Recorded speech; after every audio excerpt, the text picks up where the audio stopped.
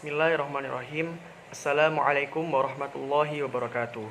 Innal hamdalillah nahmaduhu wa nasta'inuhu wa nastaghfiruh wa na'udzu billahi min shururi anfusina wa min sayyiati a'malina. May yahdihillahu fala mudhillalah wa man yudlil fala hadiyalah.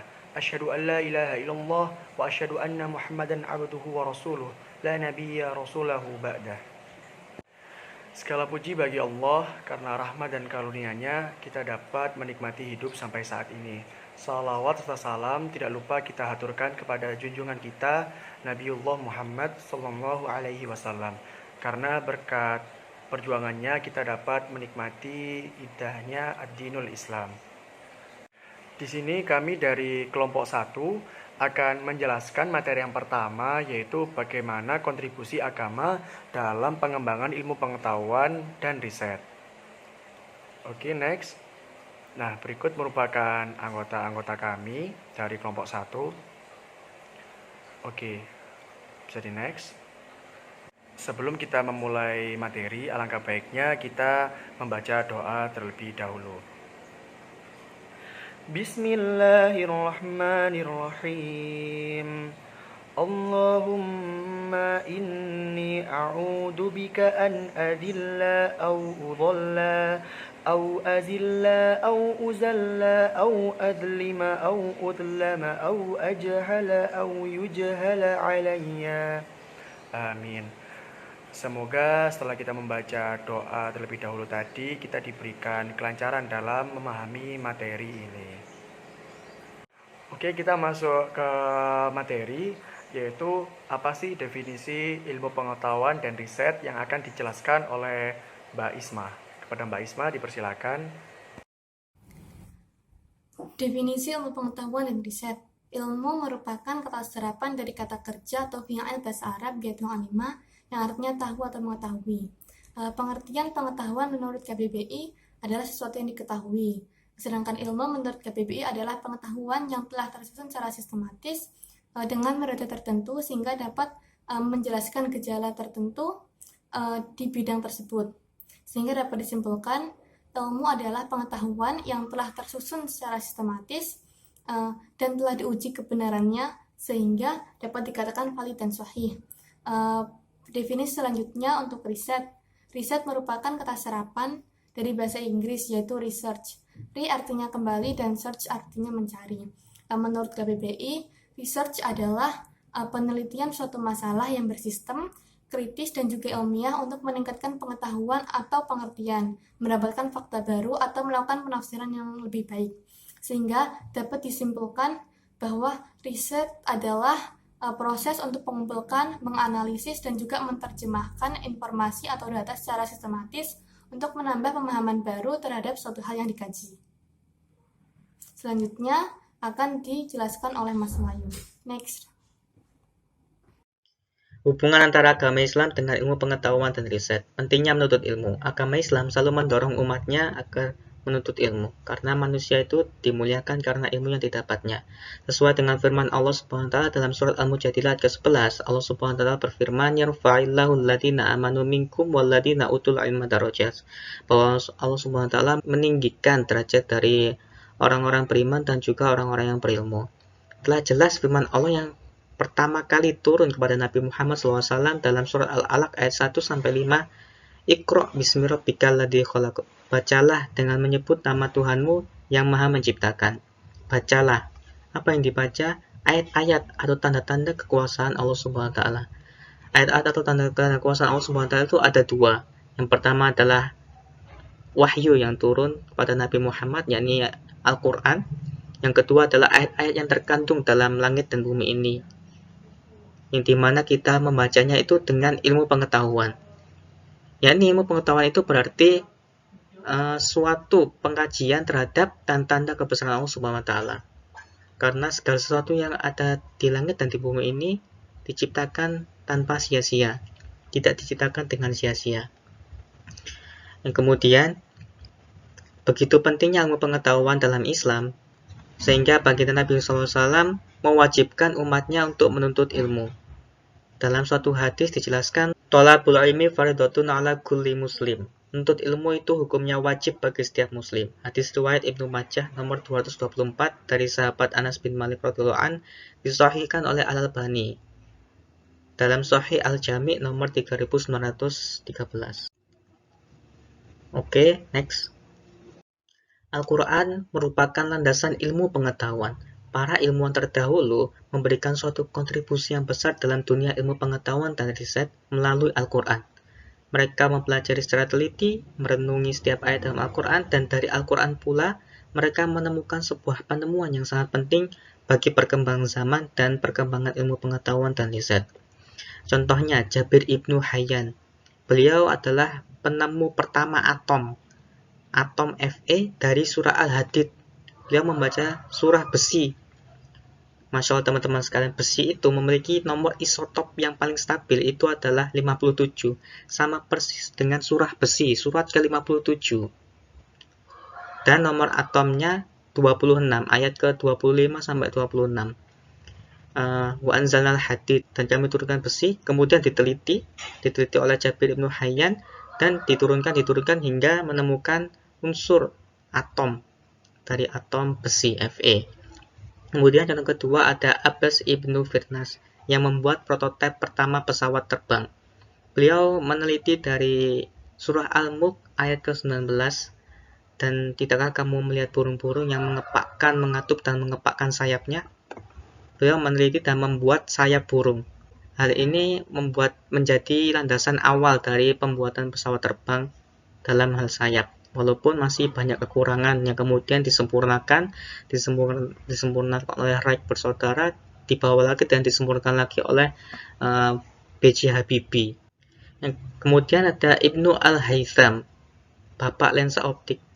Beliau tertantang dengan surat Al-Fatir ayat ke-19 sampai 20.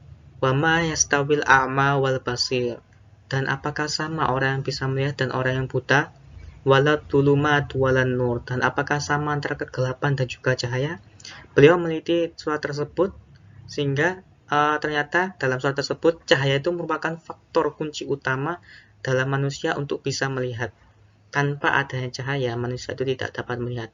Menurut sejarawan Budi Asyhari, ternyata teori ini mematahkan teori Yunani kuno, yang dimana manusia itu bisa mengeluarkan cahaya dan bisa melihat dimanapun mereka berada.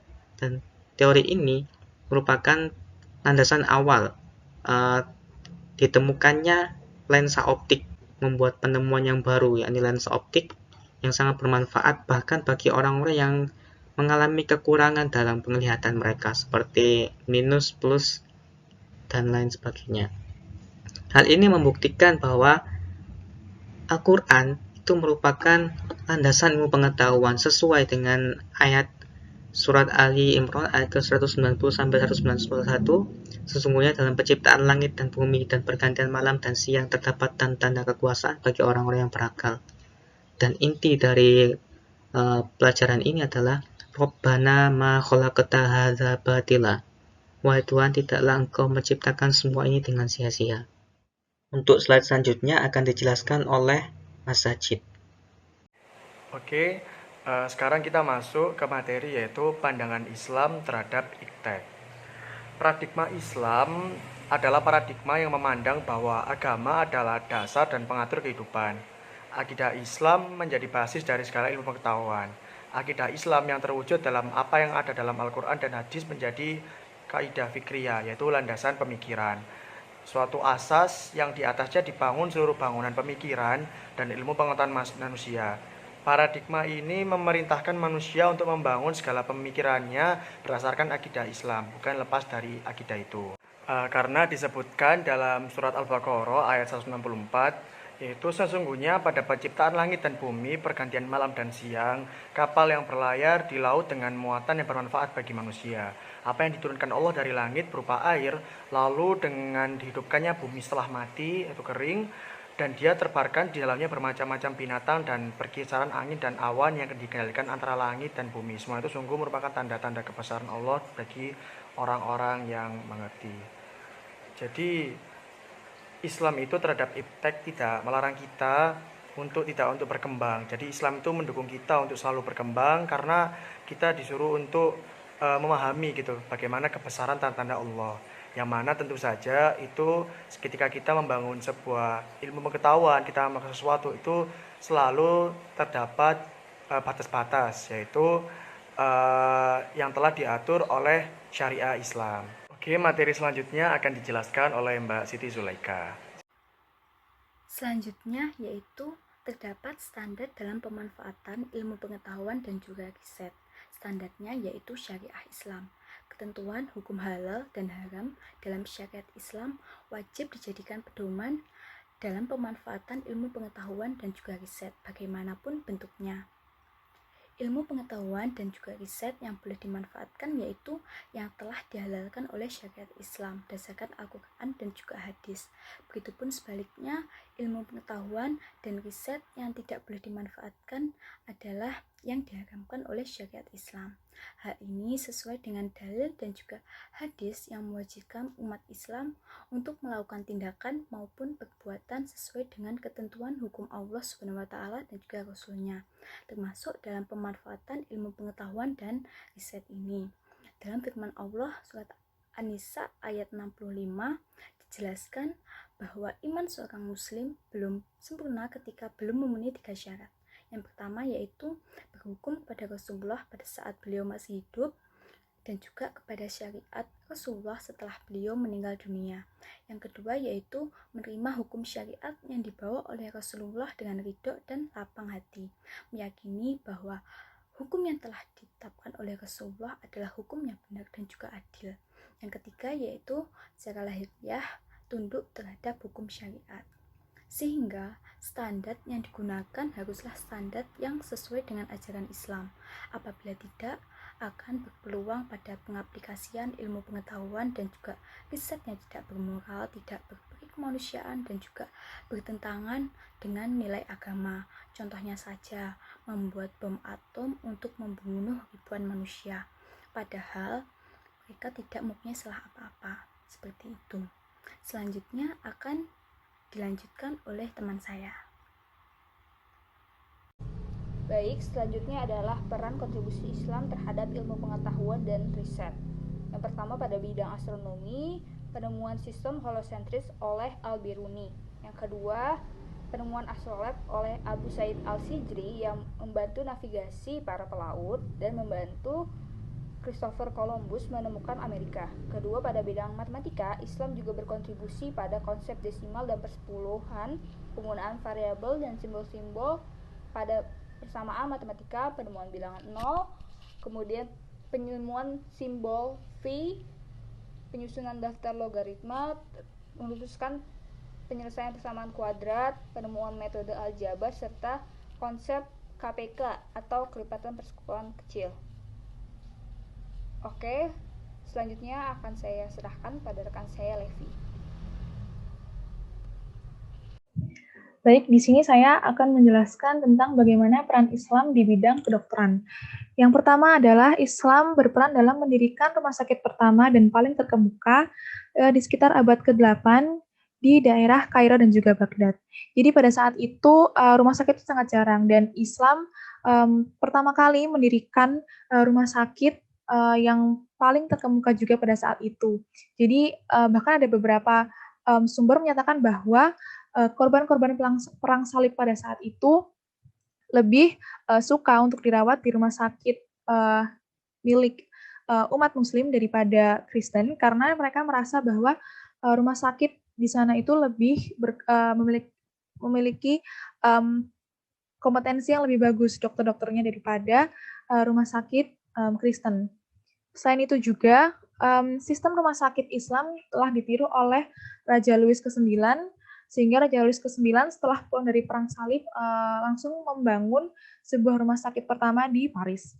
Selanjutnya adalah peran dari Razes atau yang memiliki nama asli Abu Bakar Muhammad bin Zakaria Ar-Razi yang telah menyusun ensiklopedia ilmu kedokteran berjudul Kitab Al-Tib Al-Mansyuri dan juga Kitab Al-Hawi. Nah, Razes sendiri ini telah banyak berkontribusi dalam menjelaskan berbagai penyakit yang ada pada anak serta menjelaskan bagaimana perbedaan cacar dan juga campak. Selain Razes, ada juga dokter terkenal serta ilmuwan terkenal Islam pada saat itu yang juga dijuluki sebagai Bapak Kedokteran Modern bernama Avicenna atau nama aslinya adalah Ibnu Sina. Beliau ini membuat buku berjudul Al-Qanun fi Al-Tib atau juga dikenal dengan nama Canon. Buku tersebut digunakan oleh dokter-dokter medis di Eropa bahkan hingga abad ke-17. Selain Avicenna, ada juga seorang dokter bernama Al-Zaharwi yang membuat sebuah ensiklopedia berjudul Al-Tasirif yang merupakan buku medis pertama yang berisi gambar alat-alat medis serta menunjukkan cara penggunaannya. Selain itu, buku ini juga mencantumkan bagaimana pedoman praktik kedokteran tersebut. Nah, selain ketiga dokter tadi, para dokter Muslim di masa kejayaan Islam itu berperan sangat banyak, terutama dalam salah satu kemajuannya dalam bidang medis pembedahan. Nah, teknologi proses pembedahan yang pertama adalah para ilmuwan Muslim dan juga dokter Muslim pada saat itu menemukan proses anestesi menggunakan kanabis dan juga opium sebagai proses awal sebelum melakukan proses pembedahan. Selain itu, ditemukan juga penggunaan merkuri serta alkohol sebagai bahan antiseptik dan juga hygiene.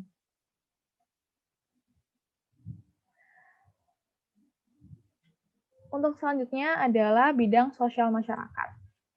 Jadi di bidang sosial masyarakat sendiri ini dikenal seseorang bernama Ibnu Khaldun yang merupakan seorang cendekiawan Islam pada saat itu dan juga ekonom Islam pada saat itu.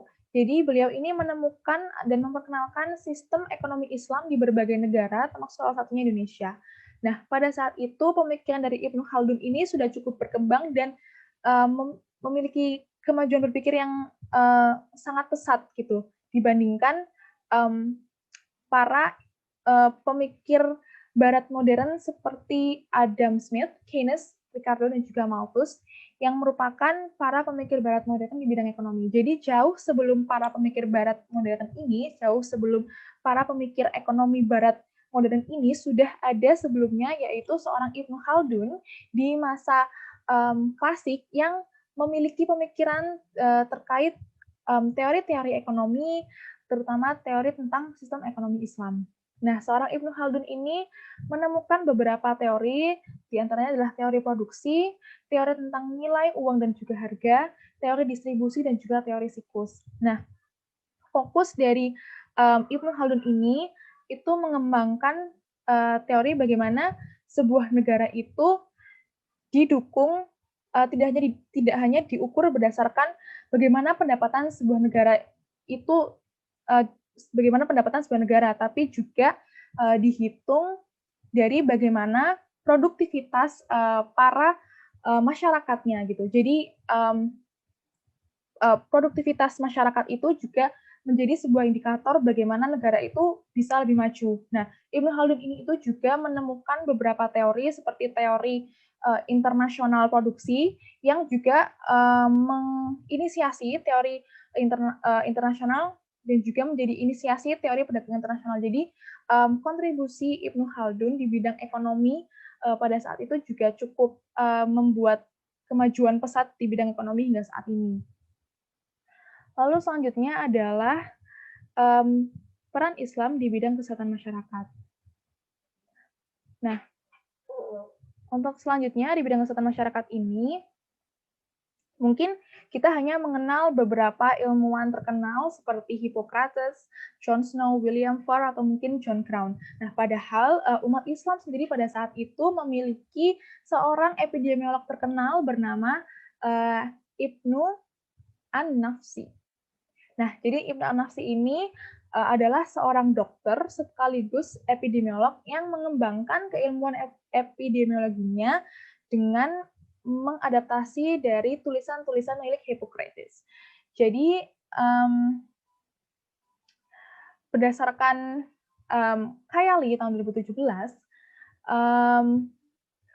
peran seorang Ibnu An-Nafsi di bidang kesehatan masyarakat itu yang pertama adalah menambahkan plausibilitas biologi dan menjelaskan jenis kelembapan yang mampu menyebabkan penyakit. Jadi Ibnu An-Nafsi ini lebih banyak membuat buku ulasan tentang buku milik Hippocrates. Jadi ada 2 buku yang dibuat ulasannya oleh seorang Ibnu An-Nafsi. Yang pertama adalah buku Of the Epidemics, dan yang kedua adalah buku Aphorisms. Nah, Ibnu An-Nafsi ini membuat buku ulasan terkait buku-buku milik Hippocrates, di mana isinya adalah penjelasan lebih lanjut atau penjelasan lebih mendetail dari prinsip-prinsip epidemiologi yang telah dibawakan oleh Hippocrates. Nah, selain menambahkan plausibilitas biologis dengan menyertakan mekanisme potensial biologis sebagai prinsip epidemiologi penyebab penyakit, seorang Ibnu An-Nafsi ini juga menerangkan lebih lanjut tentang distribusi penyakit yang sebelumnya itu dibawakan oleh Hippocrates itu belum terlalu mendetail. Jadi di sini Ibnu An-Nafsi itu menjelaskan bagaimana perbedaan usia, gender, dan juga bahaya kerja itu dapat turut mempengaruhi proses biologis seseorang dalam menyebabkan penyakit. Nah, selain itu, Ibnu An-Nafsi ini juga menjelaskan dan mendefinisikan lebih rinci tentang bagaimana musim sebagai sumber paparan suatu penyakit gitu. Jadi sebelumnya Hippocrates ini tuh telah menjelaskan bahwa musim itu adalah exposure, salah satu media paparan. Nah, tapi di sini Ibnu An-Nafsi ini menjelaskan jenis musim seperti apa, tanda-tanda musim seperti apa, tanda-tanda astrologi seperti apa yang bisa dikategorikan bahwa oh nanti ini tuh musim ini akan menyebabkan jenis penyakit ini. Jadi Ibnu An-Nafsi menjelaskan lebih lanjut tentang prinsip tersebut. Lalu yang kedua, lalu selanjutnya Ibnu An-Nafsi juga mengklasifikasikan tingkat atau kelas penyakit dari mulai yang rendah hingga yang paling parah. Contohnya adalah penyakit batuk pilek biasa itu mungkin diklasifikasikan sebagai penyakit dengan kelas ringan. Nah, nanti ada kelas batuk pilek paling parah itu adalah jenis tuberkulosis, seperti itu misalnya.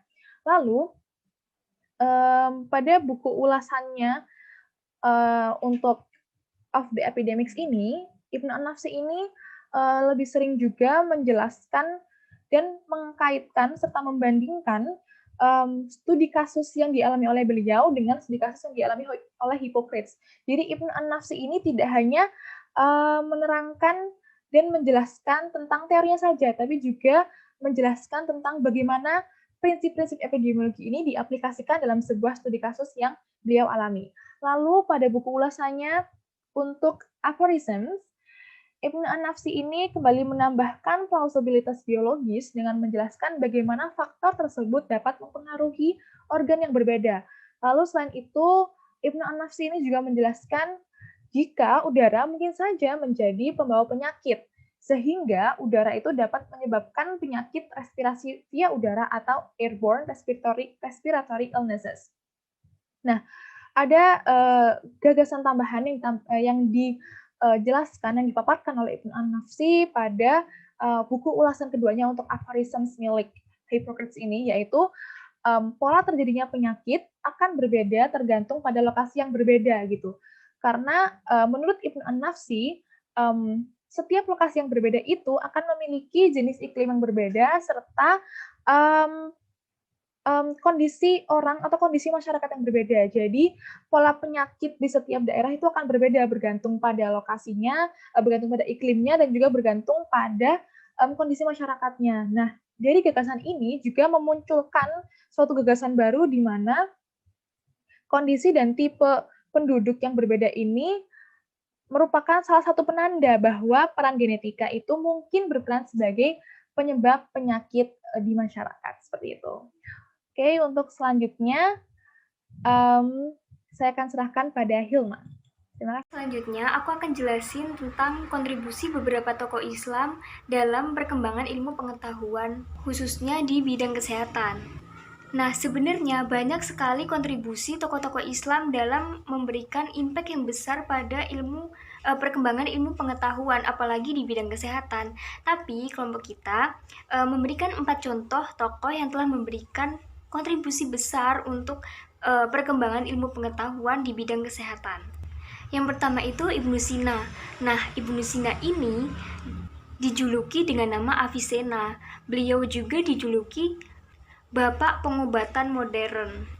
Beliau adalah seorang filsuf, ilmuwan, seorang dokter, juga seorang penulis yang mana sebagian besar karyanya merupakan tentang filosofi dan ilmu-ilmu kedokteran serta pengobatan. Beliau banyak sekali melakukan penelitian dan penelitiannya itu diabadikan sejarah. Beberapa penemuan-penemuan penting dari Ibnu Sina itu diantaranya menemukan cara pengobatan. Nah, beliau ini menemukan cara pengobatan untuk orang sakit seperti cara menyuntikkan. Terus beliau juga menemukan 760 pengobatan. Jadi udah banyak banget obat-obatan, cara pengobatan yang telah beliau temukan, dan bahkan masih banyak sekali yang yang digunakan sampai sekarang. Beliau juga menemukan pengobatan penyakit khusus wanita. Selain pengobatan, beliau juga menemukan beberapa penyakit seperti penyakit parasit, penyakit saraf, penyakit kejiwaan, dan yang paling menonjol di bidang kesmas yaitu beliau menemukan istilah karantina. Jadi dulu kan banyak nih penyakit kusta. Nah, beliau itu merancang istilah karantina. Jadi kalau misalkan ada orang kusta, dia tuh harus dikarantina. Nah, karantina ini yang mencetuskan adalah Ibnu Sina. Bahkan sampai sekarang masih digunakan seperti kita sekarang ini. Rancangan karantina ini ditulis dalam sebuah buku.